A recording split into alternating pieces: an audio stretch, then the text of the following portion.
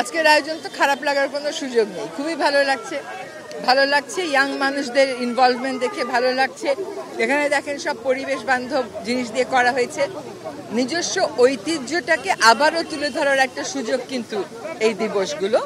এবং এই দিবসে নিজস্ব ঐতিহ্য যে আমরা সেলিব্রেট করি, এটাই আবার সারা বছর দেখা যায় রিপিটেড হয়। তো আমার খুব ভালো লাগছে। এটা আসলে পর্যটন মন্ত্রণালয় ভালো বলতে পারবে, আমি আজকে ওদের অতিথি আমরা একটু দেখেন না, বেশি কিছু দেয়নি, শুধু একটা রুটি দিয়েছে। আপনাদের সবাইকে পর্যটন দিবসের, বিশ্ব পর্যটন দিবসের শুভেচ্ছা।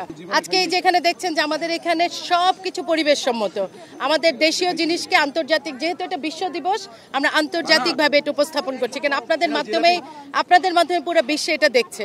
আর এখন স্যাটেলাইটের যুগে তো বসে এখন সরাসরি লাইভ দেখছে, রিয়েল টাইম সব পিকচার পাচ্ছে। আর আন্দোলন যেটাকে বলছেন সেটা হচ্ছে আমাদের সেন্ট মার্টিনের বিষয়ে তারা বলছে, সেটা তারা আলটিমেটলি তারা নিজেরাই নিজেদের উত্তর পেয়ে যাবে যখন আমরা সবাই একসাথে বসে, আমাদের স্যার ম্যাডাম আছেন, আমরা একসাথে বসে যখন আপনাদের সকলের জন্য বলে দিব, তখন আরো ভালো বলবেন। আজকের দিনটা আসলে আন্দোলনের জন্য না, আজকে আমরা কিছু বিশেষ বার্তা পৌঁছে দিব যে কিভাবে আরো পরিবেশ সম্মত। কারণ এবার জানেন যে আমাদের এবার ট্যুরিজম, ওয়ার্ল্ড ট্যুরিজম ডের যে থিমটা, সেটাই হচ্ছে ট্যুরিজম অ্যান্ড সাস্টেনেবল ট্রান্সফরমেশন, যেটা আমরা বাংলা করেছি টেকসই উন্নয়নে পর্যটন। তো আমরা এই টেকসই উন্নয়নে পর্যটনটাকে কিভাবে সাস্টেনেবল করতে পারবো, আমাদের পরবর্তী বংশধর, তারপরের বংশধর এই বাংলাদেশটাকে যেন অনেক আনন্দে নিয়ে উদযাপন করতে পারে, এইটাই আমাদের প্রয়াস।